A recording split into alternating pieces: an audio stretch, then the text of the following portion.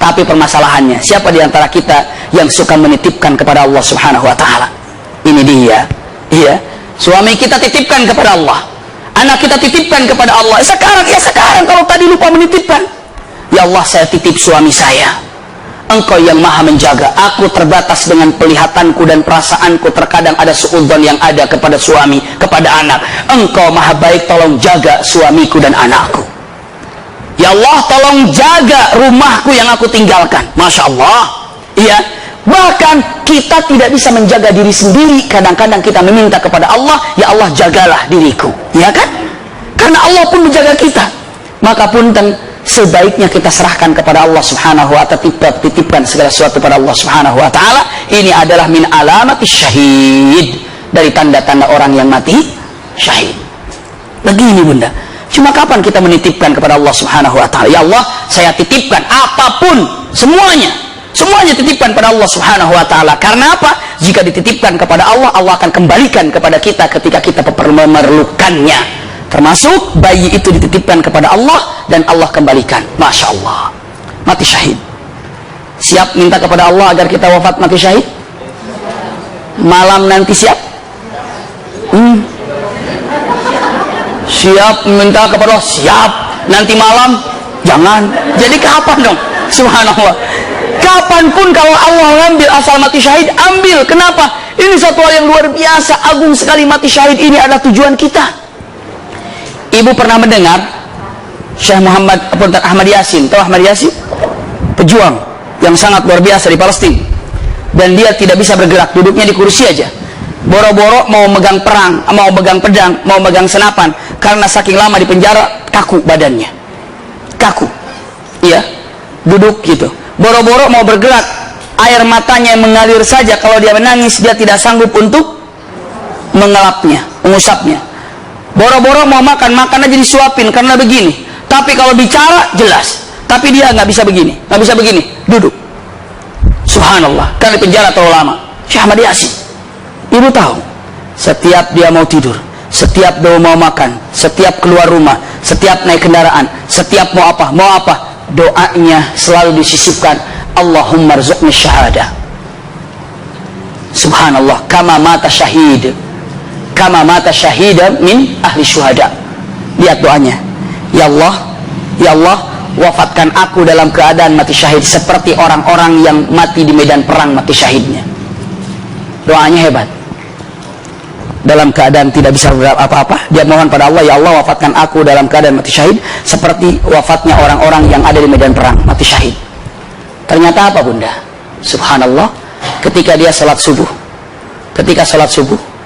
dengan rodanya dibawa, masjid-masjidnya dibom oleh Israel kan? Hancur, rodanya saja hancur, tubuhnya saja hancur. Begitu hancur sama masjidnya, kabar tiba ke istrinya Ahmad Yasin rahimahullah. Begitu tiba, langsung diucapkan dengan mengatakan, wahai istri daripada Syekh Ahmad Yasin. Kata istrinya, ada apa? Suamimu Syekh Ahmad Yasin hancur tubuhnya, wafat, terbunuh oleh orang Israel karena bom dijatuhkan di masjidnya. Begitu mendengar berita suaminya meninggal dan dalam keadaan dibom, apa yang dikatakan oleh istrinya? Alhamdulillahilladzi ajaba du'a'ah. Subhanallah, segala puji yang sempurna milik Allah yang telah mengabulkan doanya. Doa siapa? Syekh Ahmad Yasin. Subhanallah. Kenapa dia ingin wafat seperti itu? Lalu dengan mengatakan istrinya, wahai orang-orang yang kuat dengan membawa senjata, wahai orang-orang yang kuat berlari dan melangkah, harus tahu malu terhadap Ahmad Yasin yang tidak bisa bergerak tapi wafat seperti orang yang wafat di medan perang mati syahid. Kenapa Allah berikan itu? Karena dia berdoa. Doa. Jadi kalau ingin mati syahid, doa. Itu adalah luar biasa. Doa bunda, doa. Usikum wa iyaya nafsi bitaqwallah. Doa. Allahu Akbar. Kekuatan kita adalah doa. Ya Rabb, saya ingin mati syahid. Doakan. Kenapa? Ini adalah luar biasa, keindahan yang tidak akan pernah bisa terbayar. Saya ulangi lagi. Yang mewajibkan mandi adalah keluarnya mani. Keduanya apa? Menempelnya kemaluan laki dan wanita walaupun tanpa hubungan. Iya. Balikin, kalau hubungan saja nggak keluar mani, mandi wajib nggak? Baru nempel aja mandi wajib, apalagi itu. Iya. Selanjutnya, Islamul kafir lau murtaddan. Islam kafir, Islamnya orang kafir ataupun dia murtad lalu Islam lagi, dia itu wajib mandi. Haid mandi, nifas mandi, maut muslim illa syahid. Ya, seorang muslim yang mati kecuali dia mati syahid itu tidak perlu dimandikan. Ini adalah ma yujabul ghusl, dari apa-apa yang diwajibkan mandi. Subhanallah. Saya lanjutkan. Ya, kalau seandainya hal ini terjadi, ini nomor 1, nomor 2, ya, punten, saya ulangi lagi biar lebih enak lagi. Iya, kalau seandainya ini sudah muslim, ini sudah terjadi, maka apa yang wajib yang harus kita mandi, inilah semua harus mandi, wajib mandi. Iya. Selanjutnya, pegang baik-baik. Lalu mandi itu pertama kali syarat sahnya apa? Saya langsung digelondongin aja biar enak. Digelondongin, tahu nggak? Digorolongkan, dilemparkan saja ke bunda. Maksudnya biar lebih cepat, ya, untuk dipahaminya. Ya, syarat sah untuk mandi wajib. Pertama niat. Iya, pertama adalah niat. An-niyah. Ini adalah syarat sahnya mandi wajib, niat. Yang kedua adalah muslim. Dia seorang muslim. Iya. Niat, dia muslim. Yang kedua, akil atau akal. Iya, punten. Iya, ketiga, akal. Ataupun dikatakan akil. Akil itu apa? Berakal. Berakal. Jadi kalau misalnya akal saja punya akal, punya otak, tapi kalau nggak berfungsi otaknya, ya percuma. Makanya akil itu ada orang yang berfungsi otaknya. Iya. Akil mutar. Kesana lagi. Subhanallah. Akil, ya. Akil, ya. Kalau yang namanya orang sudah balik, namanya apa? Akil balik. Iya. Kalau yang di KPK, nah itu dia. Astagfirullah. Saya lanjutkan. Iya. Iya. Ini dikatakan bahwa akal atau akil. Yang keempatnya disebutkan dengan kata-kata subhanallah, apa coba? At-tamyiz. Apa tamyiz? Bisa membedakan antara benar dan salah, itu tamyiz. Otaknya itu sudah bisa membedakan, dewasa lah, ya, atau bisa membedakan yang benar dan salah. At-tamyiz. Ini, ya. At-tamyiz. Lalu nomor 5, simpan baik-baik, al-ma'ut tahur. Ini syarat sahnya. Alma, airnya harus dengan yang bersih. Alma tahur, air yang bersih. Iya, saya cepat saja karena banyak bahasannya. Selanjutnya, izalatu ma yamna'u usuluhu. Izalatu, saya tulis izalatu ma yamna'u usuluhu.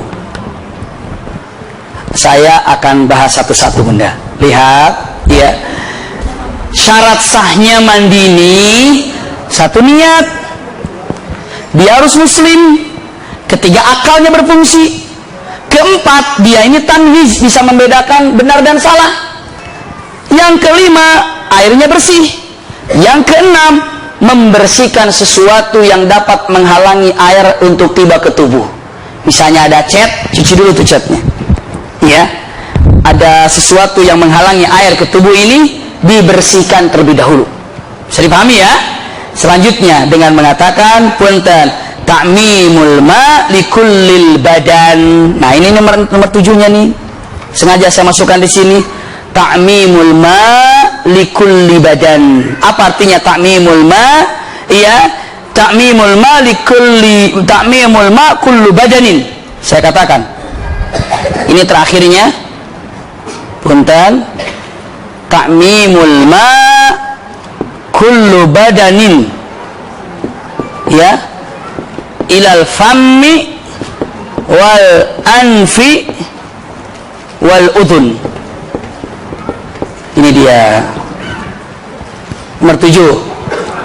Apa sih nomor 7? Ada yang bisa baca nggak? Ta'mimul ma kulla badan. Artinya apa? Air disalurkan dari ujung kepala sampai bawah, sampai ini basah, hidung basah, mulut basah. Itulah ta'mimul ma min kulli badan. Jadi kalau mandi wajib harus basah semuanya. Bisa dipahami ya? Itu harus mandi wajib harus basah. Itu sahnya. Ibu kalau mandi wajib tidak begini, punten, tidak sah.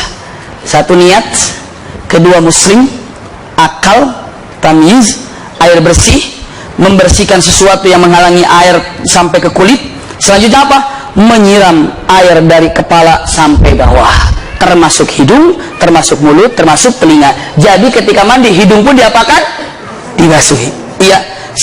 Sedalam apa? Nggak usah dalam-dalam sampai sini, sampai kecil gitu. Tidak. Tapi sebisa yang bisa diambil oleh telunjuk. Iya. Telinga pun sama. Ludah ini pun sama. Dibersihkan masuk. Itu namanya adalah ta'mimul ma kulla badan. Bisa dipahami ya? Lihat sekarang sunnah. Nah, sunnahnya mandi. Sunnahnya mandi wajib. Oh, makin mepet. Iya. Kalau tahu begini saya pendek-pendekin tadi ini. Iya. Ada masih kosong? Wah, mantap. Iya. Subhanallah. Iya, ada yang masih kosong. Lihat saya sampaikan. Apa sunnahnya sekarang? Tadi syarat sahnya, ini adalah sunnah. Sunnahnya adalah bismillah. Wudu'u qablah. Catat apa? Langsung ditulis sama bunda? Catat aja ya. Catat di sini. Sebisa mungkin. Ini adalah sunnahnya. Punten. Wudu'u qablahu. Punten. Wudu sebelum mandi wajib, bunda. Wudu sebelum mandi wajib. Ya. Wudu dulu sebelum mandi wajib. Wudu. Bismillahirrahmanirrahim. Wudu. Ya. Izalatu ma lauthul adhi. Atau izalatu ma lauthul adha. Begini. Izalati ma lauthul adha. Ini diartikan menghilangkan, membersihkan tempat yang kotor. Kalau misalnya habis wudu ternyata ada cat, bersihkan dulu catnya. Ya. Habis wudu ternyata misalnya di sini ada yang kotor, bersihkan dulu kotor. Punten-punten, usikum wa ya nafsi bitaqwallah, saya sampaikan. Termasuk kalau setelah hubungan, sebelum mandi bersihkan dulu kemaluannya sampai bersih baru mandi wajib. Jangan begitu mandi wajib sambil membersihkan barangnya, tidak. Tapi apa? Bersihkan dulu baru mandi wajib. Satu itu. Ingat-ingat saya sampaikan. Punten. Kembali lagi. Saya sampaikan, hati-hati. Jangan sekali-kali bunda kalau sudah hubungan dengan suami, lalu dilapnya dengan sesuatu tisu ataupun dengan kain ataupun dengan anduk, lalu dibiarkan begitu saja dekat kita. Tapi baiknya kalau dengan tisu atau dengan anduk atau dengan kain, maka dibersihkan. Setelah itu apa? Disimpan di tempat yang kotor. Kalau dengan tisu, masukkan langsung ke tempat sampah. Kalau dengan kain yang memang kain itu masih bisa dipakai, masukkan ke tempat cucian. Kalau bisa perlu, baiknya, afdolnya, selesai cuci dengan air. Walaupun ibu nanti sudah dicuci dengan tisu atau dengan kain, tetap harus dicuci dengan air. Jangan tidur kecuali farajnya setelah dicuci dengan air. Bagusnya lagi mandi langsung. Tidak bisa wudu lalu tidur, nggak apa-apa. Tapi bangun tidur cepat mandi karena sholat subuh. Bisa dipahami bunda ya?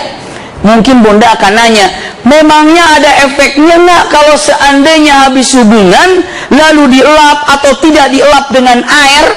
Dielap dengan air, tapi si kain, si anduk yang digunakan tergeletak begitu saja. Punten. Perkataan para alim ulama, setan sangat mudah menanamkan kebencian, rasa dingin suami istri. Karena apa? Karena sperma atau bekas dari apa yang telah hubungan tergeletak begitu saja. Iblis tahu dengan wasilah itulah setan bisa menanamkan rasa ketidaksenangan suami dan istri. Tiba-tiba tahu tafriq. Setan ini sangat hobi memisahkan suami istri. Sangat hobi. Setan ini sangat senang ketika ada perempuan menggugat cerai suaminya atau suami menceraikan istrinya. Punten, mungkin nggak ada cerai tanpa sebab? Mungkin nggak? Hah? Kadang-kadang ada. Punten. Sebabnya itu karena apa? Yang sepele. Cuma akhirnya jadi membesar. egonya. Ya itulah. Nggak mungkin. Mah, bapak ini sangat cinta sama mama, maka karena cinta mama sama bapak kerasa, bapak cinta sama mama juga sangat luar biasa. Gimana kalau besok kita cerai? Itu salah.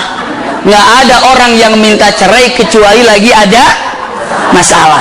Masalah itu timbul karena ada salah satu yang keliru. Setelah yang keliru tidak mau minta maaf, yang satunya tidak memaafkan, ataupun dua-duanya punya salah dan dua-duanya ego, dan ini setan yang menanamkan rasa kebencian. Dari mana kebencian itu awalnya ada? Terkadang lihat dari jejak hubungan suami istri. Kebencian, bahkan bukan hanya kebencian, melihat suami sudah tidak ada auranya di depan istri. Lihat istri tidak ada auranya di depan suami. Melihat istri biasa aja, melihat suami biasa aja. Padahal suaminya udah gantengnya luar biasa, tapi lihat biasa aja.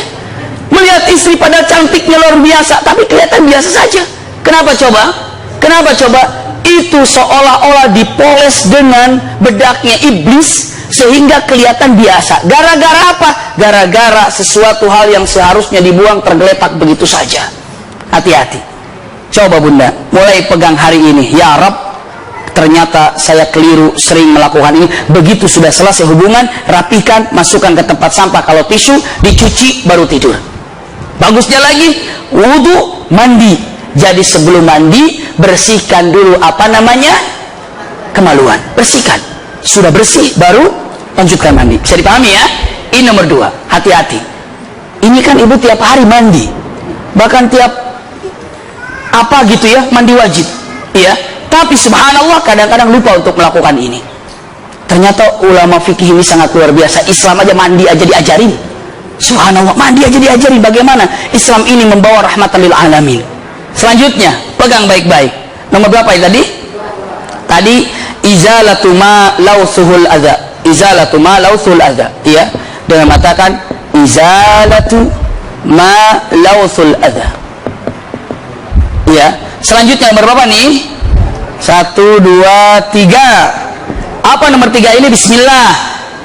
Ifragul ma ala ra'sihi thalathan. Sebelum mandi wajahnya dibasuh 3 kali. Nyair kepala ya 3 kali. Sebelum mandi basuh dulu kepala 3 kali. Ada nggak yang melakukan itu di sini? Alhamdulillah. Yang tahu masya Allah. Yang belum alhamdulillah sekarang tahu. Iya.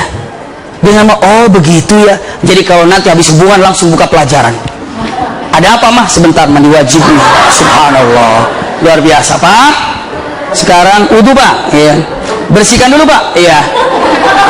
Basuh muka itunya Pak, wajahnya 3 kali Pak. Praktek Pak. Wah praktek subhanallah. Kalau mama gitu ada pelajarannya Pak. Siapa yang pelajarinya? Fikih. Masya Allah. Mengajarkan. Kok begitu-begitu aja kan langsung mandi? Ini kan sunnahnya. Kalau ingin dapat pahala lakukan. Kalau nggak mau rugi lakukan. Kalau mau rugi ya nggak usah dilakukan, biarin aja. Iya, basah langsung kena rambut. 1, ambil lagi air. 2, iya. Jadi dengan mengatakan airnya masuk, basah di sini, tapi langsung beginikan. 1, mungkin kalau rambutnya panjang, karena panjang sampai sini, sampai sana kan. Subhanallah, karena rambutnya panjang sampai ke bawah. Subhanallah. Tapi kalau misalnya botak, tetap aja isyarat gitu ya. Basah lagi seperti itu. Bisa dipahami ya? Ifragul. Dengan mata saya tulis di sini, ifragul ma ala ra'sihi thalathan. Saya tulis di sini, ya. Ifragul ma ala ra'sihi berapa? Thalathan, 3 kali. Masya Allah, hebat nih pelajaran mandi ini. Allahu Akbar.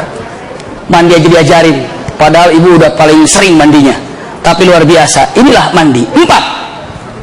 Dengan mengatakan at-tayamun, mendahulukan yang kanan. At-tayamun. Ingat, at-tayamun mendahulukan yang kanan. Sudah tahu semuanya.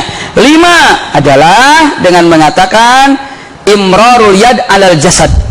Punten, imrar itu apa ya? Punten, kalau bisa semuanya ini rata, tersentuh dengan tangan. Ya, tersentuh dengan tangan. Jadi jadi semuanya semua kan bisa tersentuh dengan tangan kan, semuanya rata tersentuh dengan tangan. Imrarul ma, punten, imrarul ma alal jasad, ini dia. Murur itu artinya berlalu, jadi semua terlalui dengan tangan yang ada, semuanya tersentuh dengan tangan, tidak ada satupun anggota badan yang tidak tersentuh dengan tangan. Saya tulis di sini ya, begitu dengan sabunnya boleh, bagusnya kalau disentuh dengan sabun insya Allah kena air nantinya, dibersihkan, bagusnya sebersih mungkin. Iya, imrarul ma, punten, imrarul apa tadi bahasa Arabnya dengan imrarul yad alal jasad. Iya, imrarul yad alal jasad. Masya Allah, ini dia imrarul yad alal jasad. Selanjutnya apa lagi? I'adatul ghusl rijlai biimkanin. Allahu Akbar. Ini juga jujur saya baru tahu ini, baru tahu beberapa hari yang lalu. Maka nikmat ketika saya harus mengajar tentang masalah ini, hakikatnya saya juga apa?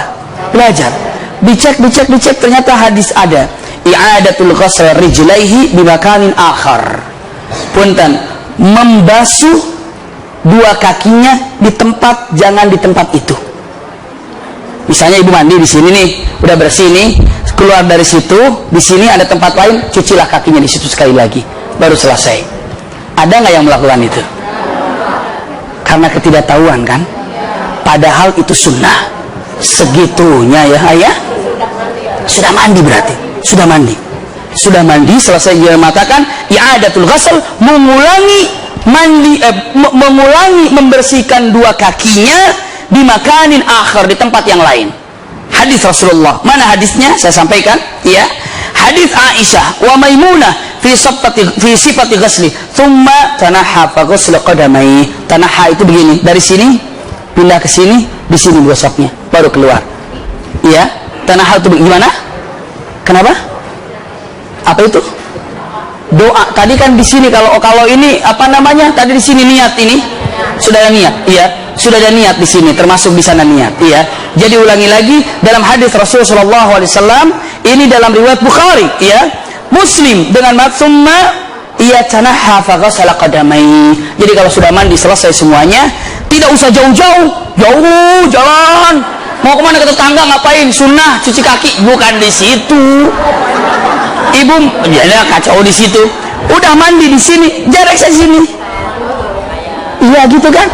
Kalau misalnya tempat mandinya cuma segitu, nggak mungkin. Tempat mandi gimana geraknya? Tapi misalnya taruhlah mandinya ini sekarpet ini di sini gitu, tapi ibu punyalah sebesar ini lebarnya misalnya. Mandi, subhanallah, setelah mandi di sini selesai, baru pindah ke sebelah sini, itu pindah tuh kan? Tidak di situ. Yang penting pindahnya segini saja sudah pindah. Itu adalah sunnah. Masya Allah, luar biasa bunda. Alhamdulillah hari ini ibu tahu ilmu itu. Ibu tahu nggak, kata Ibnu Taimiyah, setiap ada ilmu baru yang ibu mengerti, ibu begini, oh begitu, hakikatnya pintu surga terbuka. Jelas, subhanallah. Hari ini ibu udah berapa kali begini, itu pintu surga. Masya Allah. Hari ini ibu udah gini, oh dari awal tuh, oh pintu surga terbuka, yang paling banyak, yang paling banyak pintu surga terbuka.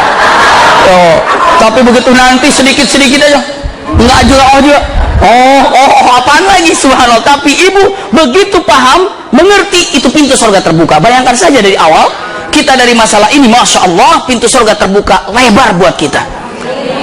Allahu Akbar. Satu step, satu langkah ilmu yang ibu pahami, pintu surga terbuka.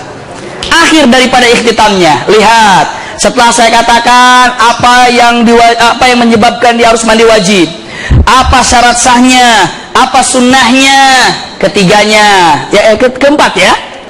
Keempat, mana yang perlu dihapus nih? Yang pertama ya. Oke, bismillah. Yang pertama, bismillah, ya. Yang pertama saya hapus karena apa? Ini penting buat ibu. Lihat, dan semuanya sampaikan juga kepada bapaknya. Bismillah.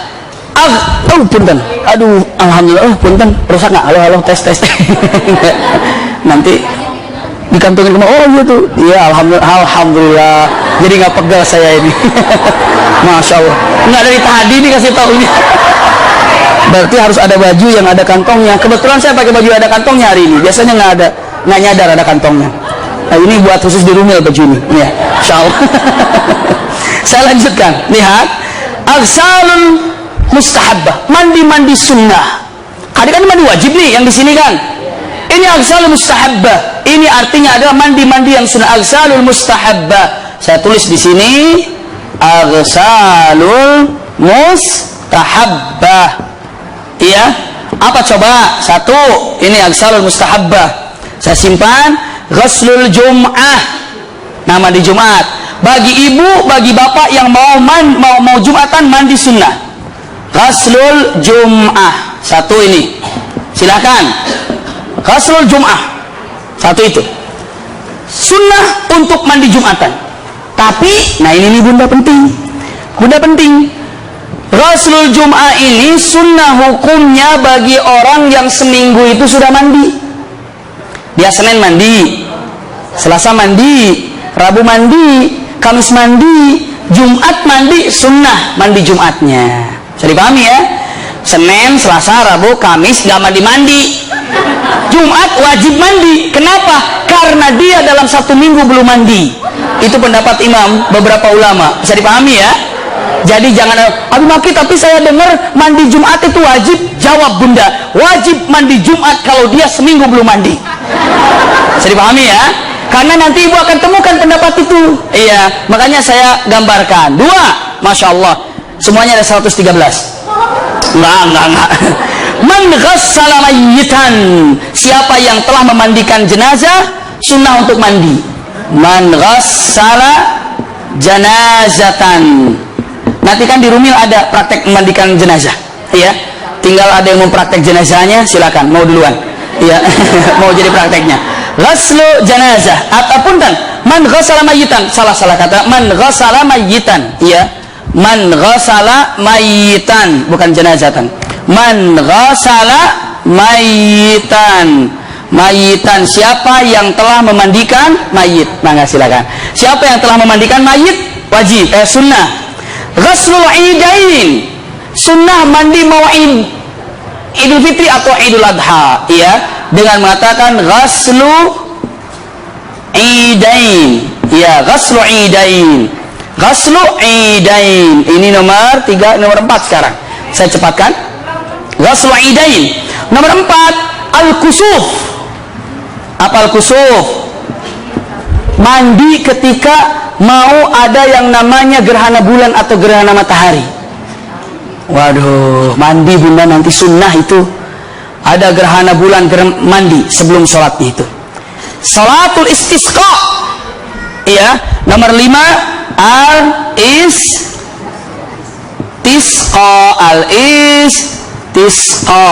Ini adalah juga punten sunnah mandi sebelum sholat istisqa. Al-junun, orang yang gelok terus sadar, ya, tadinya gila terus dia sadar, maka sunnah mandi al-junun, ya. Al-junun dalam arti kata dengan matan al-junun itu boleh dikatakan orang habis mabok. Mungkin ada nggak orang mabok? Orang habis minum khamar terus kan miring otaknya tuh, ya, maka begitu sadar mandi, iya. Selanjutnya mengatakan al-ighma, orang pingsan, sunnah mandi. Orang pingsan, al-ighma, orang yang pingsan, sunnah mandi, iya. Selanjutnya ramyul jimar, mau melontar jumroh ketika di Mekah, sunnah mandi. Wah, ini harus disampaikan ini ketika para jamaah haji ini. Ramyul jimar, kadang-kadang ada yang tidak mandi dulu, ya nggak apa-apa, namun sunnah sebelum lontar mandi dulu. Ramyul jumar. Ihram, al-ihram, ketika mau ihram, mau di mana itu, mau apa? Ya, ihram ketika mau melaksanakan ihram di Mekah. Dukhulu haram Makkah, masuk ke kota Mekah. Saya percepat. Wukuf di Arafah, ini semua haji. Ketika mau wukuf di Arafah, mandi. Tawaf ziarah, ketika kita datang ke Mekah, itu sama, mau umrah berarti itu adalah mandi. Mau tawaf wada, sunnah mandi.